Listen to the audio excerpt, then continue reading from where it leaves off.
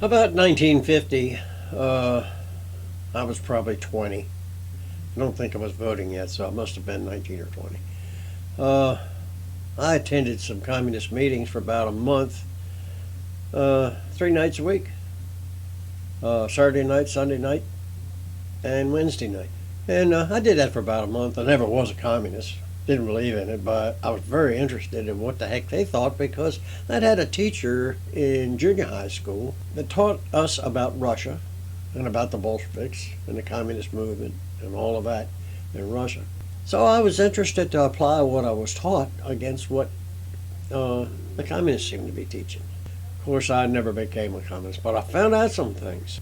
I was thinking about Antifa and the problems we're having with them and how the socialists in government and the left seem to be pretty daggone able to make arguments for Antifa, why they're all right, why they're not so bad, blah, blah.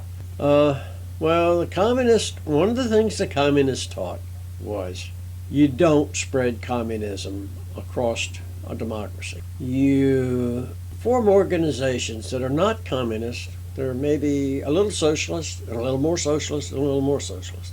To interfere with the government, not to take over the government, but to cause just enough strife in government that government doesn't have the power to control things that government needs to control.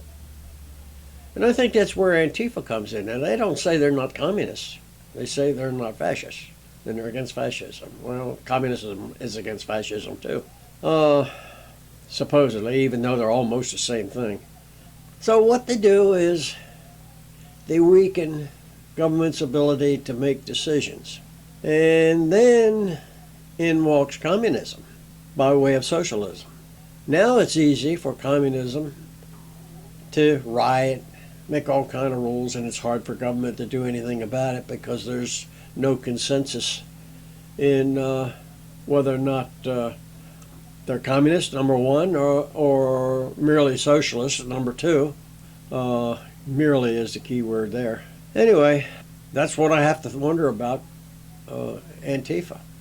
Antifa is kind of the people who go out and beat up people, break storefront windows, burn cars and tires in the streets and all of that kind of stuff. That's the kind of people they are, and that's the kind of people the communists were. Communist Russia first voted during the late days of the Tsar, voted for democracy.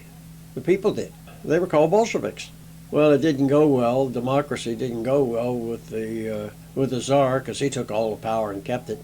And so all they were doing was going in there and talking and making a few votes and not achieving anything.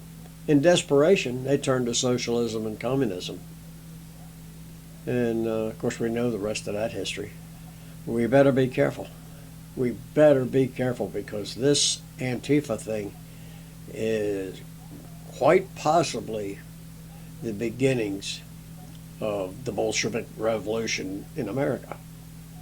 And our inability to make a decision in the House of Representatives because of liberalism and gosh knows what all else could be our downfall. There's no telling how powerful that might get because we don't seem to have any ability to do anything about it. We have governors in states out west who stand around and watch them riot. So anyway, something to think about.